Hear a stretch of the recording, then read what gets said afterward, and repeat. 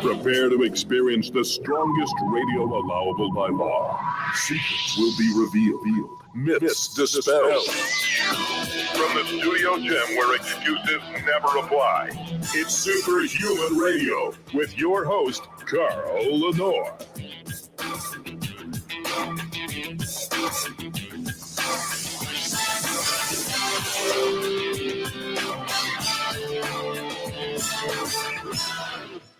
I dare say that no other podcast does the types of shows to emphasize the realities of aging, pro-aging. We like to call it pro-aging because anti-aging got taken hostage by facelifts and skin creams and all that sort of stuff. And as you can see by the wrinkles on my forehead, I don't subscribe to any of that bullshit.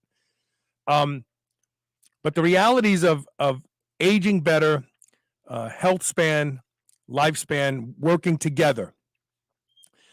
We don't talk about magic beans and potions on this show or any of the bullshit that you'll hear out there about if you take this powder or you take this pill, it's going to make you live longer. There are no human studies on any of those things, by the way. Just remember that. And we are not rodents. We're actually metabolically closer to pigs, but you can't put 60 pigs in a little container. They're trying to make pygmy pigs now for science, but believe it or not. So a lot of the stuff we talk about on this show and we've talked about now for 17 years, you don't hear on the other podcasts. You know, I know podcasters who listen to my show. The only one who actually admits that he listens to my show, and I love this guy for it, is Ben Greenfield. He was communicating with a friend of mine recently and said that he never misses an episode of Superhuman Radio. I love that people are honest, that I'm contributing to the overall knowledge of human performance as we age. But they all listen. Trust me on that one. But with that being said, we're going to talk about where aging and toxicology connect, and the things that actually influence aging that are in the environment, that are in your choices of food and so on and so forth. Because one of the things you've heard me say more recently over the past few years now is the things that actually influence your ability to age well and healthily are not things you can take. They're things that you remove. And that's all becoming true now when we look at the discussions about plasmapheresis and blood donations and stuff like that. I was right all along. And we're going to get into that now in just a minute. Before we start, we have to thank our title sponsor, and that's Legendary Foods, giving you better choices for snacks. The sweet rolls are unbelievable. You will really believe you're eating something bad for you, but you're not. They were built around the Cinnabon. Everybody loves Cinnabon, but few of us eat them because it's just sugar on top of crap. Well, Legendary now has a cinnamon-flavored sweet roll, a chocolate-flavored sweet roll, and a wild berry-flavored sweet roll. They have 1 gram of sugar, 20 grams of high-quality, high-leucine protein, and 5 net carbs, if you're a net carb person like me. I'm a low-carb guy. If you go to shrnetwork.biz/legendary and use the code SHR10, you'll not only save 10% off, buy extra because your kids will love them, and this is a good snack for them. But also it lets them know that you learned about the sweet rolls on Superhuman Radio, which helps the show. And now, without further delay, let me bring my guest on. And that is Dr. John Wise, or as you can see, he likes to be called Johnny Wise. I like that. That's very cool. How you doing, Dr. Wise? I'm doing well. Thank you for having me on the show. Yeah. I go by Johnny. I go by Johnny because my father is also a toxicologist in the field, and he's also John Wise. There are actually 8 toxicologists in my family now, so we're creating our own little mafia in the field. Was your dad the first one? He was the first toxicologist. He was not the first PhD in my family. Okay, that's fascinating. Did he inspire you to follow in this line of science?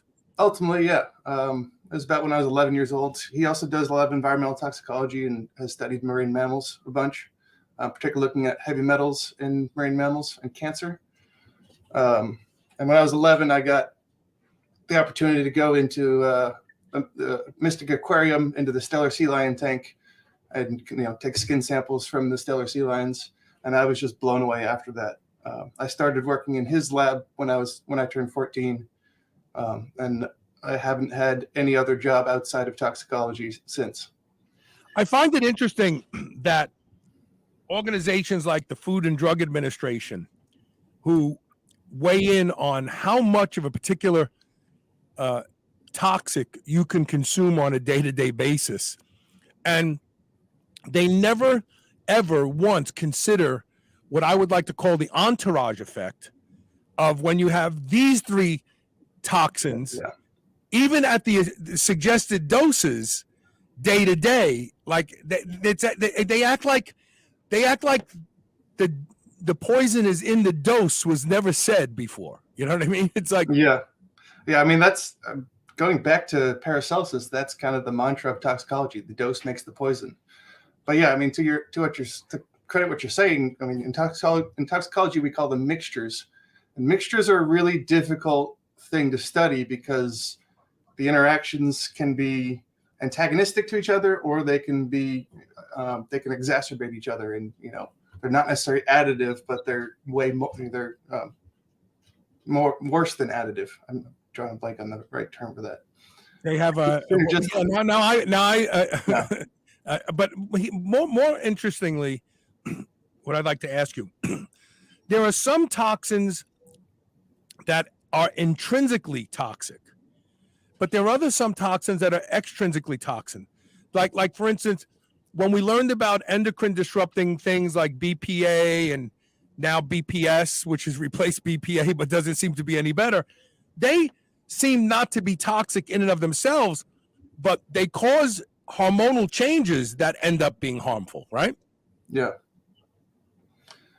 I mean, my area of expertise is in metals, and for example, there are some metals that are essential, like iron, like manganese, like copper, but they do have kind of this threshold, or if you have too low of a level, that's problematic, and if you have too high of a level, that's problematic. So you kind of have this Goldilocks region for each metal, for a lot of trace metals.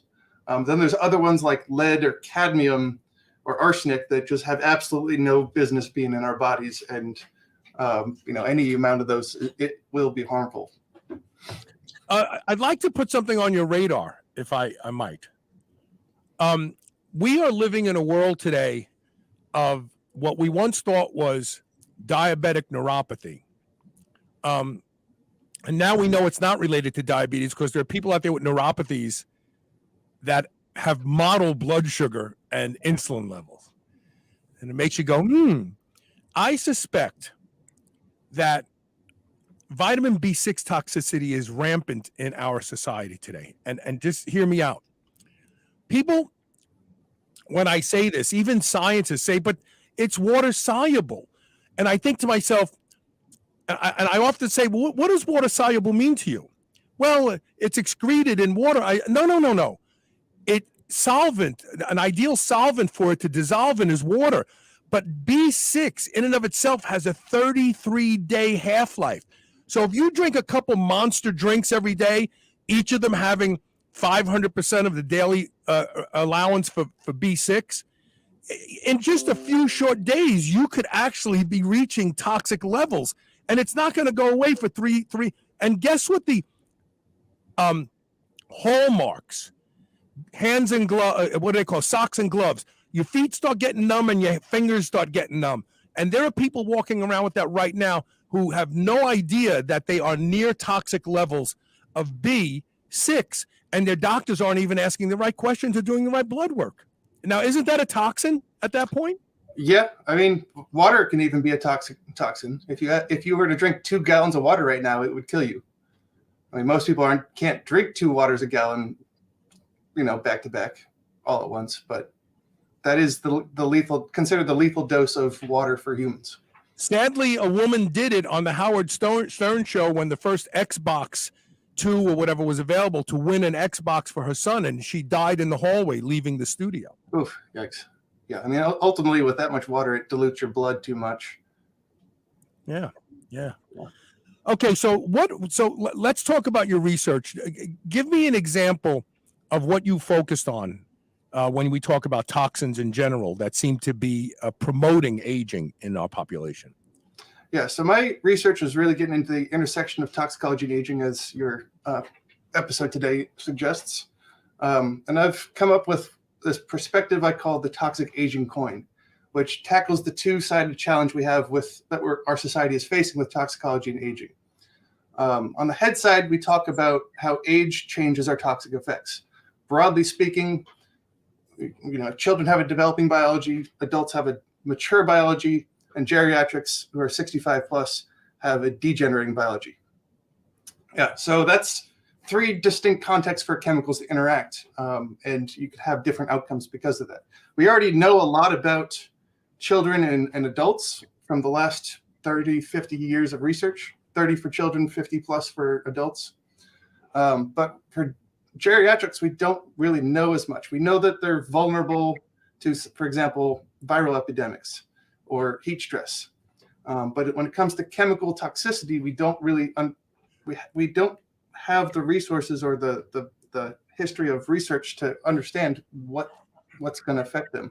And that's becoming imminently imperative because come 2030, 20% of the US population will be geriatric. And not only that, but they will live 30, 40, maybe even 60 years as geriatrics. I mean, the current projections are humans can live to 120 years now. So that's enough time to be exposed to some kind of environmental chemical and develop a disease as a geriatric, not necessarily due to chemical exposures you had earlier in your life. I want to put this into context. In 2008, I did a show about a paper that was paid for by the American U.S. government through the National Intelligence Council. They wanted to look at the most disruptive technologies we face that could hurt us on a geopolitical, military, economic, and so on and so forth basis. And that back in 2008, they said that biogerontology was the #1 disruptive technology to America. Now, what that means is that the science of living longer threatened us on all of these different fronts. Now, it's not that they're saying it's a bad thing. It's that they're saying we have to be prepared for this, because if people are living longer, our country has been built upon this idea that you retire at 65 and you die at 78 to 82. And if you're not doing that, we're not going to have money to pay people any money, Social Security and retirement funds. They're going to be drained like in a couple of years. So they said, we need to pay attention to this. This was a more threatening technology than battery technology, than military strength, anything. So think about that for a second. They've known since 2008 that this was coming. Yeah, that gives me actually segues nicely into, I'm glad you brought that up, because the tail side of my coin is looking at how chemicals accelerate aging. And for the last 20, 30 years, a lot of the aging research has been focused on healthy aging. How can we age better? But as a toxicologist, we're always looking at the bad side of things, and it's, okay, what is preventing us from aging better? What is making us age faster? That side of the aging research hasn't been touched as much. And in 1987, George Martin coined the term gerontogen to describe chemicals that accelerate aging. Since then, that topic has hardly been touched. If you look on PubMed, there's been 3 publications that include the term gerontogen. If you look on Google Scholar, you get 70. And most of those are not primary data papers. They're mostly review papers or commentaries or perspective papers. Let me mention why this is so horrible, right? We what you just said is really an indication of horrible future for people, because gerontology isn't a bad thing if the people aren't crippled. So if you're living longer and you're healthy, well, maybe retirement age will go to 75. People will stay employed. They'll be contributing. But the idea is that people will be a burden. to themselves, to their families, to the government, the longer they live, because they're living in a vegetative state in a facility, sitting in a wheelchair waiting for someone to roll them into the TV room to watch television.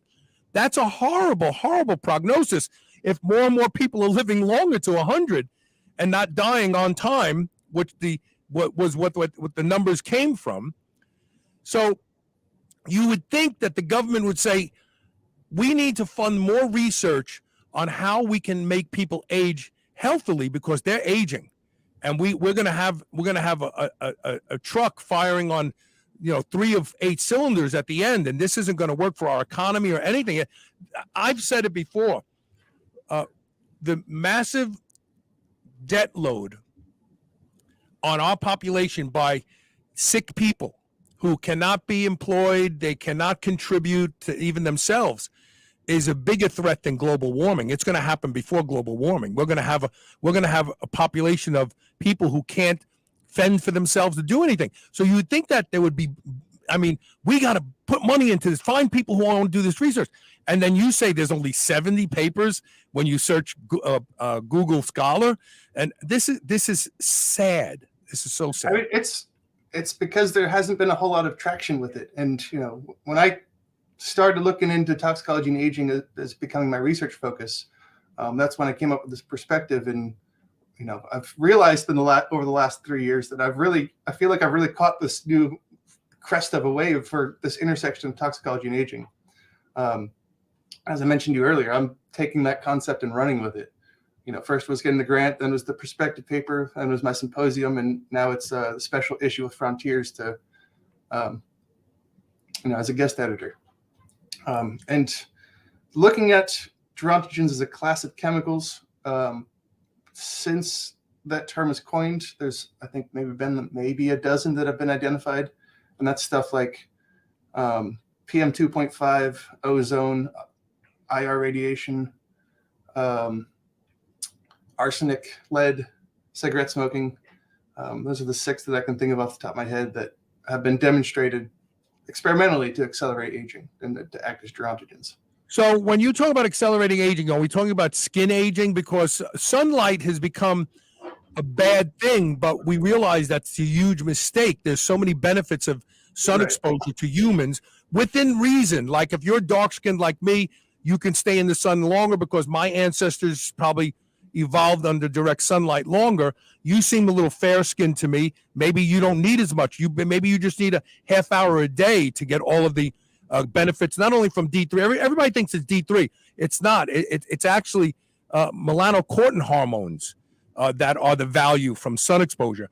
So when you talk about UV, are we talking about artificial UV or are we talking about sunlight? I think it would be both. I don't know that research as well, but to the point you made earlier, when I'm talking about aging, I'm not talking about gray hairs or wrinkly skin, and I'm talking about our tissues and our cells aging, and this can vary from tissue type to tissue type. So it could be your lungs, it could be your kidneys, it could be your brain that is what's being targeted by a chemical and aging faster. For my research, I'm proposing heavy metals as a class of aging, or a class of gerontogen. And I've started with hexavalent chromium in drinking water as my model. Hexavalent chromium is well known as a human carcinogen via inhalation. It contributes to lung cancer. There's a little bit of data that shows with cell cultures and with rodent models and one human study that it contributes to aging in a variety of tissues. The primary known mechanism for chromium toxicity is it damages DNA, causes DNA double strand breaks, and then that contributes to genomic instability. So, for example, you have too many chromosomes. Humans should have 46. Genomic instability means like maybe you have 80. And then that contributes to cancer. I'm looking at a similar pathway, but contributing to cellular senescence. And cellular senescence is what we describe at what we call an aged cell. So you can almost think of it as kind of the reverse effect from cancer, where cancer is, an overabundance of growth. Cellular senescence is a complete arrest of growth. So there's a big metabolic shift, there's a big phenotypic shift in the cells, And that can also promote neighboring cells to become senescent as well. So a lot of the research looking at aging at a cellular level is looking at cellular senescence, looking at using senolytics or xenomorphics to remove or change the senescent cells to alleviate the aging phenotypes. And cellular senescence is one of now 12 hallmarks of aging, and these range from a genetic level, looking at genomic stability or telomeres or epigenetics, all the way up to cell metabolism, stem cell exhaustion, cellular senescence, mitochondrial dysfunction. Initially it was 9, now it's 12. They just met last year to update it. I got a big group of scientists in Copenhagen. So these are really like our key tools to understand how chemicals accelerate aging and act as gerontogens, is looking at how they induce these different hallmarks and how these hallmarks interact to accelerate aging. So looking at the effects of age, as you point out, the young immune system, the mature immune system, the decaying, aging immune system, is the effects of these toxins and the mounting gravity of the effect simply a result of time of exposure and accumulation, or when we're at the reproductive ages, our body seems to hold it together better because we have to get a baby out and then die. And so is it simply a result of, you live longer, you accumulate more of this crap, and that's it, end of story? And if so, does the young body have a way of excreting these things, or are they never excreted? They just keep accumulating. So to your question about whether or not it's just long-term exposure to these, it's going to vary chemical by chemical. Some chemicals will have a gerontogenic effect even at a low dose and an acute exposure. But most, especially environmental chemicals, most of those are going to be what you're talking about with these long-term chronic exposures. It could be in the air, it could be in the water, it could be in your food. The food. I mean, we're being told all the time that glyphosate is harmless to the human body because we don't have the shikimate pathway. Well, guess what? The microbes that live in our gut have the shikimate pathway, and now we know that was a horrible decision for the government to make to allow that stuff to be sold. Yeah, unfortunately, with toxicology, a lot of times we realize our mistake after the fact. I mean, DDT was another great example of that. But to get back to your comment earlier, to your comments about young bodies versus older bodies, some of that has to do with repair mechanisms and plasticity. So younger bodies have a better regenerative capacity than older bodies, so they can deal with that kind of damage and, like you said, kind of clear the damage out of the body faster. With older bodies, there's less plasticity, there's less regenerative capacity, and that's also going to vary organ by organ, tissue by tissue.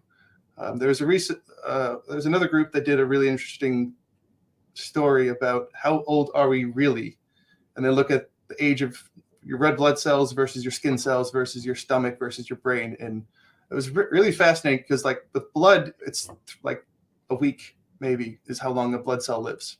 But a neuron in your brain is pretty much with you your whole life. It doesn't. Most of them, 99.99% of them don't get replaced. Mm-hmm. It's funny because hemoglobin A1C used to be the standard for determining whether or not how far along you are in type 2 diabetes, and now we know that the type 2 diabetics' red blood cells turn over much faster. So it's not a 3-month snapshot. It's whatever your individual red blood cell turnover rate is that we're seeing that. So if you're a full-blown diabetic and they say, well, 5.5 is where you need to be, well, you may not be where you want to be because your blood cells are turning over so fast that if it's a 5.5, had that blood cell lasted the quote 90 days that it's supposed to last, you'd be like a 60. You know, the oxidation would keep accumulating, but because the blood cell is turning over so fast. So it's it, you know, I'm fascinated by blood cells. I'm fascinated by the blood. I want to throw one thing into this discussion that I think that you should look into, and I'll be happy to send you a lot of the research to save you the time. But there is a peptide that I use once a week called thymosin beta 4. It's a thymic peptide produced by the healthy thymus gland. But it is the peptide that has the blueprint and the ability to stimulate and turn on neonatal genes to repair organs and remove fibrotic tissue, both at the same time. Thymosin beta 4 you need to pay attention to, because if you can understand how thymosin beta 4 repairs this stuff, you may be able to discover the pathway that these gerontogens are actually doing harm. So it's fascinating. I use it once a week, 5 milligrams, big dose. Yeah, that's interesting. I'll look into that. All right, so let's see how long we have.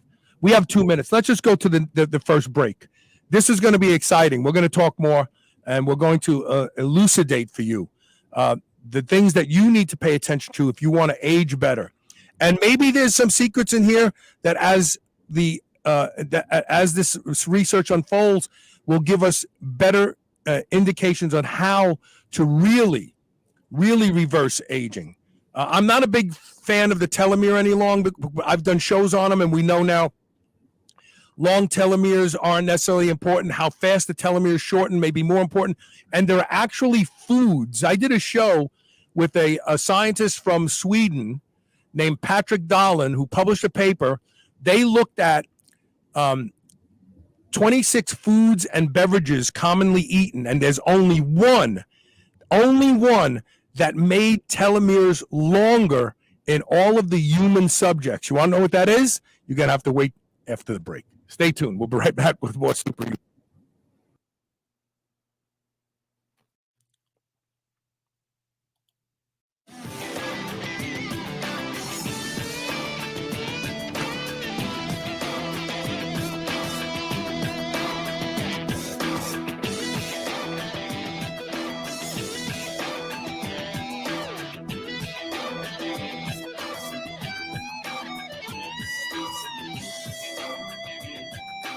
Hey, this is Carl Lenore. I am the inventor of Gun Leash. Over 500,000 handguns are lost in the United States every year. If you carry a gun like I do, you are 300 times more likely to lose your gun. And 15% of those guns will end up in criminals' hands and used in the commission of a crime. Gun Leash solves that problem. Gun Leash is a patented, no-tracking proximity device the size of a postage stamp. It will alert you as soon as your gun is outside of your range, so you can never leave your gun behind. To learn more and to be notified when Gun Leash is available at the end of January, go to gunleash.com and get on our mailing list. Gun Leash. Never lose your gun, never leave your gun. Dogs should be powered by fat and protein, not carbs. That's why Visionary Pet makes low-carb, ketogenic dog food for dogs of all breeds and life stages. From kibble to freeze-dried and even low-carb treats, all Visionary Pet recipes are very low-carb, ketogenic, and made with 100% real meat protein. Shop now and use code SHR for 20% off your first order today. Your dog deserves the lifelong benefits of optimal nutrition. Make the switch to Visionary and see why smart dogs eat low carb. Great sleep upgrades you on virtually every level: body fat, muscle mass, mood, brain function, and countless other ways. But taking melatonin alone isn't the answer. Thanks to a brand new sleep formula developed by my friends at Bioptimizers, you can experience the best night's sleep ever. Sleep Breakthrough is a delicious sleep drink that supports your natural melatonin production and relaxation without creating a dependency, so you can have the best night's sleep on demand. It targets 5 different sleep pathways to give you the best sleep ever. And best of all, you'll wake up feeling rested and rejuvenated so that you can have the best day possible. For an exclusive offer for my listeners, go to sleepbreakthrough.com/SHR and use the code SHR10 for 10% off. Plus, you can unlock special gifts with the value of at least $20. This is a limited time offer, so go to sleepbreakthrough.com/SHR right now. Hey guys, it's time to change your f***ing underwear, and it's time to change to Sheath. Sheath's underwear's revolutionary designs allows your man parts to hang the way they would naturally hang if you were not wearing underwear. And this improves the blood flow throughout the day to the twigs and berries. If you've never experienced wearing a pair of Sheath underwear, boy, is there an exciting experience waiting for you. Grab a pen and write this down. Go to shrnetwork.biz/sheath. That's SHEATH. And use the code SUPERHUMAN to save 20% off your first pair. And get this, if you're not completely satisfied, send them back for a full refund. That's shrnetwork.biz/sheath. This is the Superhuman Channel, doing reps with the weight of the world.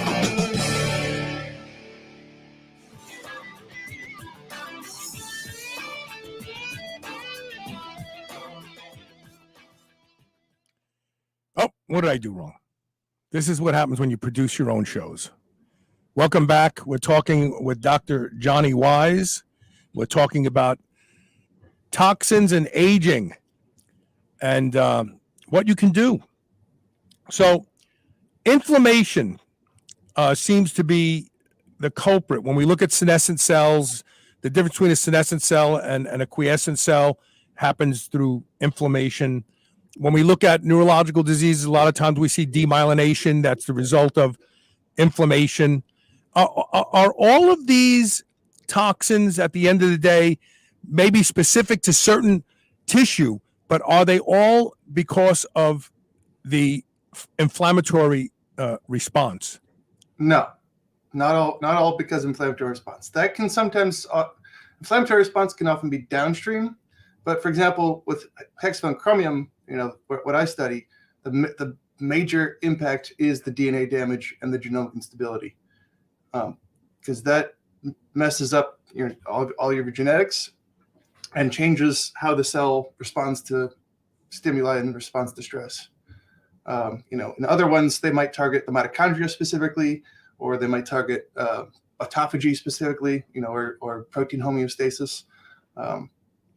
It's not all about the inflammation, but when it comes to alleviating some of the symptoms, inflammation can be one of the key targets. So like one of the fascinating things I've learned about recently was using bee venom therapy to treat Alzheimer's disease, Parkinson's disease, and various other diseases like that. And that really targets the inflammatory side of it and has significant improvements in those diseases. So in those diseases, when they use the bee venom therapy, what do we see that changes? Like I've learned now, I've had Dr. Dale Bredesen on the show a couple times, and he believes that the plaque buildup is a byproduct of the disease, not what causes the problems with memory. What do you see when you inject these individuals with bee venom? It's been a while since I've looked at that research. If I remember correctly, it's kind of, so when you talk about inflammation, there's kind of two major types of it. You've got the pro-inflammatory inflammation, which is causing problems, causing these health problems, and you have the anti-inflammatory inflammation, which is more like the healthier side of it. And if I remember correctly, the bee venom therapy helps us move from the pro-inflammatory to the anti-inflammatory, and that alleviates a lot of the cells that are getting activated by that and contributing to that inflammation. So like in the brain, you're talking about microglia and astrocytes as the major inflammatory players. In your bloodstream, you're talking about white blood cells, whether they're B cells or T cells. Every organ has its own version of, those inflammatory cells. I am not a fan of fish oil for a variety of reasons. But we know that omega-3s have on a genetic level a specific, I want to say, what do they call them again? Resolvins. They have these resolvins that seem to resolve inflammation instead of suppress it. Big difference, right? Inflammation happens on purpose. The body wants to do something. It wants to repair something. And chronic inflammation is the result of it never repairing it completely, and pro-resolving mediators that are in omega-3s seem to be able to actually repair and finish the job so the inflammation goes away. So while they're thought of as anti-inflammatory, they're really not. They're pro-intelligent inflammation and finish the job. With that being said, I don't like fish oil capsules because I eat a pound of salmon 3 times a week. I never burp fish oil. Never, ever, ever. I take fish oil supplements, I burp. Now, I don't know if it's because it's oxidized or my gallbladder isn't being stimulated to produce enough juices to break it down. Or even if I take it with a fatty meal, I still burp up fish oil. I say eat salmon 3 times a week. And there's another reason not to eat salmon every single day. And there's a blog post written by Alex Leaf on the Superhuman Radio website that shows that when you have the same amount of fish oil, whether it be in salmon or in supplement every single day, the body changes what it does with it. It starts to use it as a fuel source because the body operates under a phenomenon that I like to call abundance and scarcity. When the body is getting the same thing day in and day out, it stops using it for the reason you want it and says, we can do something else. We have plenty of it. We don't have to store it anymore. So eating a large, piece of salmon 3 times a week will actually cause a better suppression of inflammation. But getting back to the reason I'm talking about this, what about, even though not all of the damage from these toxins is from inflammation, isn't it wise to consume more fatty fish, like as a prophylaxis against the symptoms getting worse? Yeah, absolutely. It's always a good idea to eat foods that are preventative, whether it's salmon for the oils or whether it's berries like blueberries or blackberries for the antioxidants, or your leafy greens for all of those benefits. I mean, yes, absolutely. A healthy diet is critical for having a healthy body. I mean, and also critical for aging healthy. So time-restricted feeding has become a craze. I actually did the first show in 2008 or 7 with Dr. Mark McCarty from UCLA when they did the every other day fasting protocol with rodents. And we saw all of these amazing things like, sirtuin upregulation, things that tell us, we're going to be healthier and live longer. Clearly, time-restricted feeding has been able to expose some of the things that we have lost from an evolutionary perspective. We didn't eat all day long. We didn't have refrigerators. We didn't have TVs and TV trays and TV dinners and all this sort of shit. Like, is there a value when we're talking about already being exposed to toxins and you have accumulated them and you're showing some signs? Is there a value to time-restricted feeding, you think? Does it add anything special? For the toxins themselves, I don't know for sure. For my PhD, I was focused on autophagy in Parkinson's disease. And that is, and the autophagy component is what the intermittent fasting is targeting. And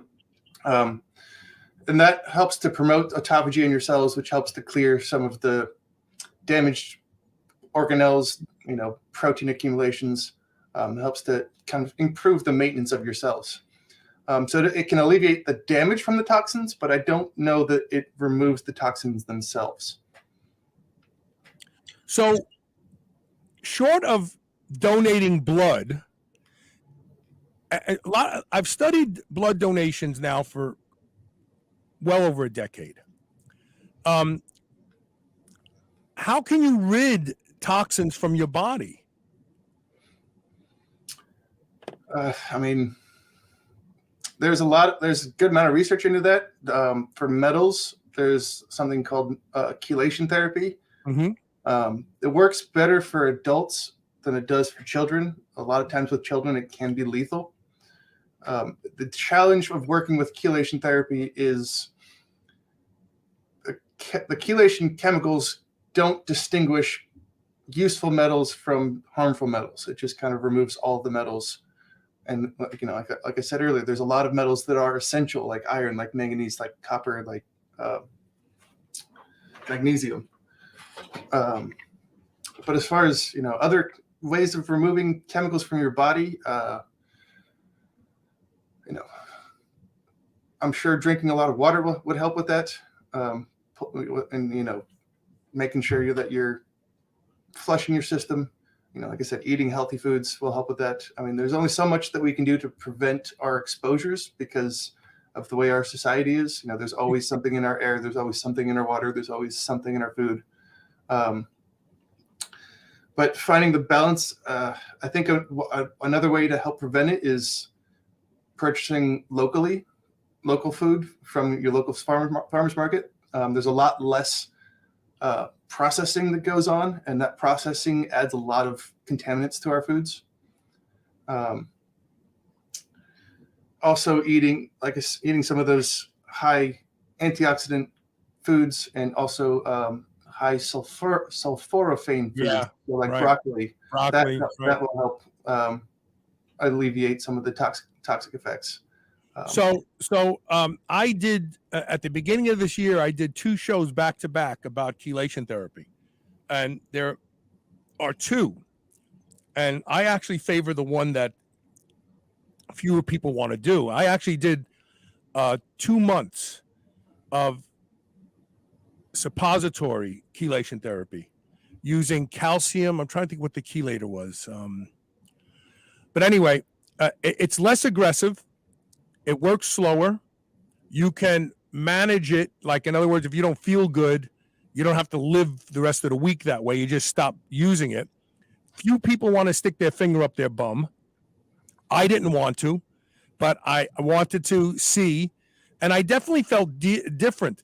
I've never gone for the intravenous chelation therapy. First of all, because it's expensive. Second of all, because they make you buy like $1,100 worth up front, and then you go in and you do it. And I can honestly say that I felt better. I felt, more free flow, energetic, and I definitely did. I think people should try it one time. Even if it's just for like 28 days, and you don't have to do it every day. You could do it every other day. You could do it every third day. Wear underwear to bed, because there will be some seepage. I know people don't like to talk about this stuff, but dude, I mean, this is a legit therapy. If you feel that, but only do it if you've already had blood work done that shows that you have high levels of the metals you want to get rid of. Right. If you don't do it. You don't have the load to get rid of. But yeah, chelation therapy is great. But I really think that donating blood has been shown to increase lifespan by 7%. Very, very large population study was done. But you got to remember, different lifestyles. Some people live shitty lifestyles. Some people live good lifestyles. The mean was 7%. Maybe some of the people did better than that. But it's like changing your oil as far as I'm concerned. And you never know who you're going to help by donating blood. Your blood type, a surgery is coming up, boom. So it's a good thing to do.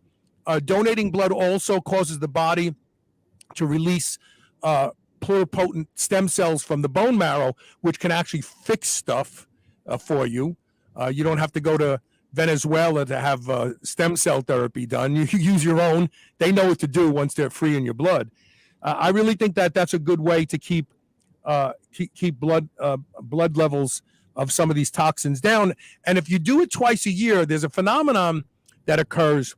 So the blood stores stuff in tissue, and there's a phenomenon by way of osmosis. So when you have a lot of this stuff in your blood, it starts to put it in tissue. When you don't have a lot in your blood anymore, the tissue releases it back to the blood. It's like, hey, you gave this to me to hold on to. I don't want it anymore. So if you do it consistently for a few years, monitoring your iron levels, you don't want your iron levels to get too low, but you don't want them to be too high, because iron has been associated with high oxidative stress that leads to aging of organs like the pancreas, the liver, and so on. Make sure your iron levels are in the middle of where they belong, not high, not low. Do it twice a year, and after a few years, have those iron tests, not just iron, but heavy metals tests done again, and you'll find out that they're lower. And you also get rid of a lot of rogue proteins that have become misfolded and are doing stuff that's stuck in your plasma. We've done that show about plasmapheresis and plasma dilution. So I think it's a safe way. Katrina Miller asks about binders. I think binders like charcoal only bind what's already in the gut. You know, people think that and this has to frustrate you. Maybe it doesn't, but these detox products out there are complete bullshit. People think that taking this pill every day for 6 weeks, or drinking lemon water and this tea every day in the morning is going to detox your body, and they act like it's a dog whistle. Like once it's in your body. And all the toxins, by the way, mostly stored in fat. So the fatter you are, the more toxins you can store. Like they're just going to rush into the bloodstream and you're going to poop them out.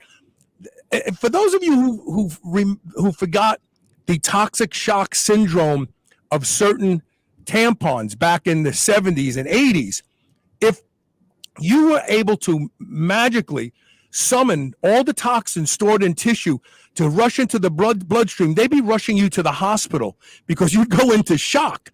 There's no way you could handle that. Your liver couldn't handle it. So all those bullshit detox products, I'm sorry, I'm calling bullshit, but but Johnny, I'll take it from you. Am I full of baloney or what? You're not full of baloney, no.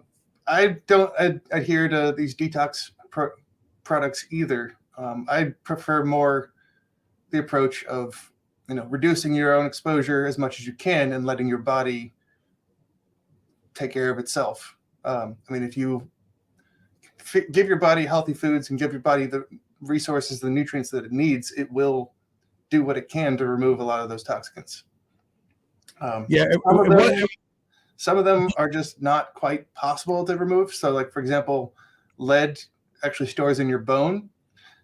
And once it gets in there, there's not really anything you can do about it. No.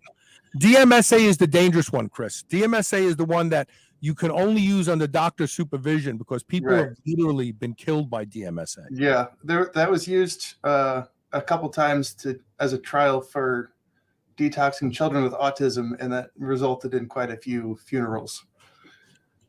Yeah, Sean Watson is saying pretty easy because he got on the detox suppository when I did the show. Tell me if you noticed anything, Sean. Just post it here. Chris K is asking about infrared sauna. Infrared sauna is good for a lot of stuff, but you can walk and sweat and detox.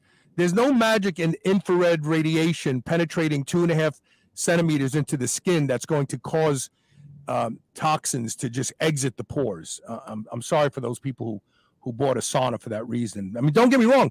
I sauna every morning. I get out of bed, I sauna, and then I get on the treadmill. I love sauna. I love to sweat first thing in the morning, but I'm not going to tell myself that all the toxins are leaving my body. What do you think? Am I wrong about that, Johnny? I mean, it's a small release. It's not a big release. The primary ways of excreting toxins from your body is through your pee or your poo. Sweat is kind of the next one, but it's a big drop in how much gets released. Space Jew is asking me, what dosage of TB 500 do I use weekly? It's 5 milligrams, but it's by weight. I looked at all of the original rodent studies that did all of these phenomenal things to removing fibrotic tissue by sequestering actin from creating new fibrotic tissue, and also to cause amazing healing to organs. And when I used the mouse to human conversion, I needed 4.87 milligrams once a week. And so I just upped it to 5 because it comes in a 5 milligram vial. A good friend of mine only needed 3.5 milligrams based on weight. The studies on thymosin beta 4 are wholly ignored. Interesting. Premature babies who are given, who the mother is given thymosin beta 4 and these are preemies that are born like up to 2 months too soon. Their organs finish the job, they get completed before they're born. Now think about that. Preemies usually have to be kept in a very, very intense environment. They can't swallow. Their organs aren't complete yet. They have to put on assisting device. They don't need that. When thymosin beta-4 was introduced into the mother up to 2 months before the appropriate birth date. And here's another one. In rodents, they don't have trimesters, but in the point where brain formation is completed, which in humans is the third trimester, 2 doses of thymosin beta-4 were introduced 6 days apart. Their brains were bigger than their litter mates when they were born. And yes, bigger brains means greater capacity for intelligence. So if I was having a baby again, I would definitely at least eat sweetbreads, thymus gland, in the last trimester of my ex-wife's delivery, because the thymus gland cooked on low heat, you can get all the thymic hormones in that. So the thymosin beta-4 is magic. It's magic, and it needs to be studied to a greater degree. And no, I don't feel anything bad. I will tell you that since I've been doing it, I have far less. I've developed some stiffness to my muscles, which I believe is what Johnny is talking about. When we look at phenotypical aging, the inability to walk fast, the inability to do, and we get this stiffening of the muscles. It has gotten much better since I've been doing the 5 milligrams once a week of thymosin beta-4, most likely because of actin sequestration and fibrotic tissue breakdown, in my humble opinion. There you go. So we answered those questions. Let's see if we have some more questions for you. All right, so we're going to take our last commercial break, and then we'll wrap up this discussion, and we'll cover anything that we missed. Feel free to continue to ask questions. We'll be right back.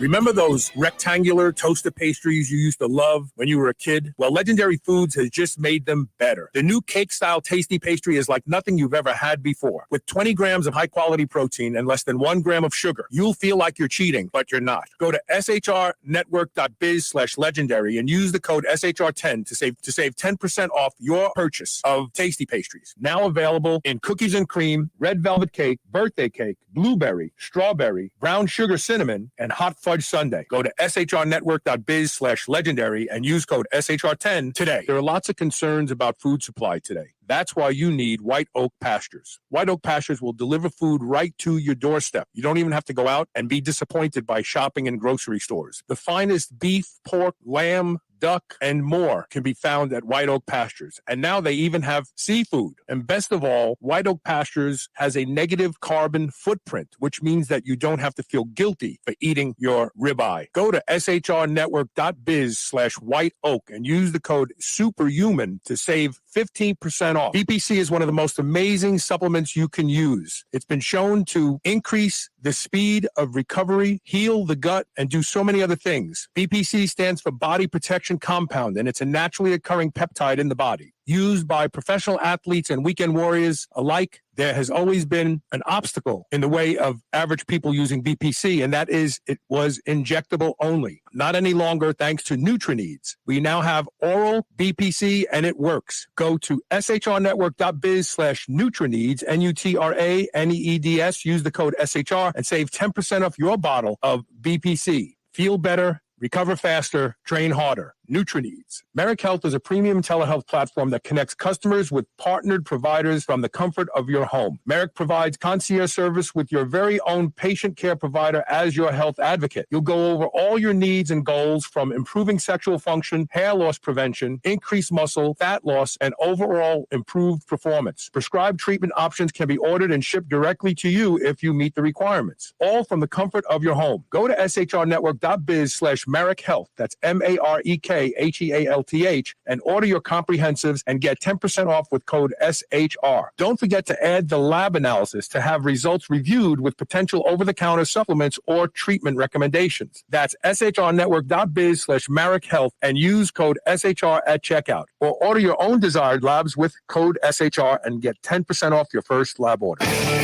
You're listening to the Superhuman Channel. We're ripped and we're ready.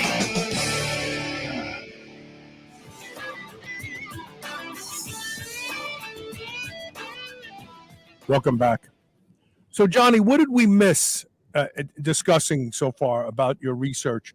And what is the hopeful outlook that you are hoping to achieve over the next few years of your research? So the last year, we've done a couple rat studies looking at hexagon chromium in the drinking water. We used concentrations that are considered safe by the EPA and WHO. We used the exact level that is set for safe drinking water. I can tell you the laws are going to have to change based on our early preliminary results. We do see quite a bit of neurodegeneration going on. Also with some of our male rats, we saw some testicular atrophy that was pretty dramatic. When I say that, I mean, typically rats' testicles are about the size of a grape. And for these rats that had atrophy, they were like the size of a pea. So it's a very noticeable difference. And this is just a 3-month exposure at what's considered safe in the drinking water. Generally speaking, those levels aren't seen in city water. The city water is typically close to 1,000 times lower. But but certain areas where there is well water, particularly in North Carolina, kind of in central North Carolina, there's this Piedmont formation in the bedrock that releases a lot of hexavalent chromium into groundwater, which is the source of well water. And those areas, you do see high levels of chromium in drinking water. Maybe they were right back in the 1700s. We should just drink beer. I mean, that's why people drink. If you look at movies about old days, like in the 1700s, 1800s, you think, man, these people were drunk all the time because the water wasn't safe to drink, so they drank booze. Yeah. I mean, personally, I prefer to drink mead. That's my alcohol of choice. That's made of honey, right? That's honey beer, right? It's basically, fermented honey. Yeah. Let's see. So another piece of my research, we also take a one environmental health approach, which is looking at how the health of humans and wildlife and ecosystems are all connected. So, we of course have a lot of biomedical research in humans. We have, animal models that are designed to replicate human health. Wildlife health, we don't have as much research going on, but there's a lot we can learn from them. For example, one of the wildlife species I work with a lot are whales. And whales are the longest lived mammalian species on the planet and the largest mammalian species on the planet. Yet they don't get cancer and they don't get neurodegenerative disease, which goes against Peto's paradox, which says, the bigger you are and the longer you live, the more likely you are to get cancer. And when it comes to the brain, typically the larger the brain, the more energy demands, the harder it is to maintain. Yet, whales have the largest bodies and the largest brains, and they have the longest lives. So if we can understand at a cellular level or at a biochemical level how they're able to manage that, how they're able to improve their repair mechanisms or, their waste management mechanisms, that can help better inform our medical practices and our medical approaches for our own diseases. Have you seen Dr. Thomas Seyfried's work on cancer, mitochondria, and nutrition? It's not ringing a bell, but you should look. His book is called Cancer as a Metabolic Disease. It's really a good book.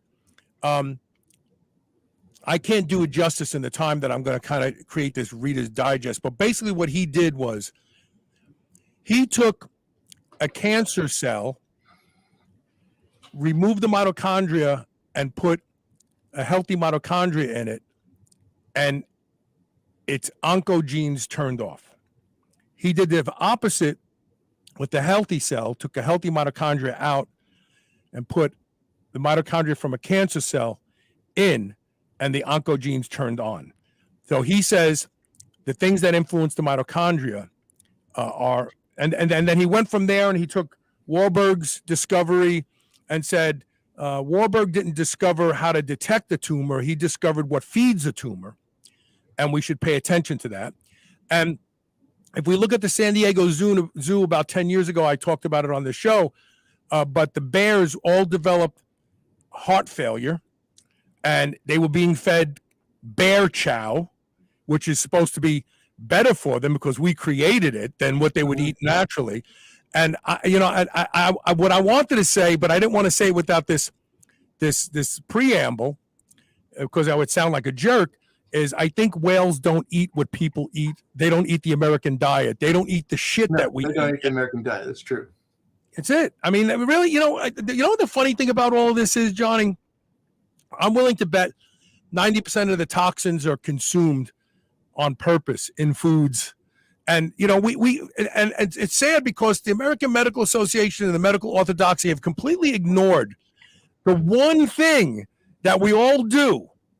And that's we eat this food that has become, from 40,000 years of agrarian, from hunter-gatherers to agrarian populations. Now we make what we eat, and we don't really know what nature wanted us to eat anymore. We just don't. I mean, to your comment on diet, that is a component. I don't think that's necessarily the major component.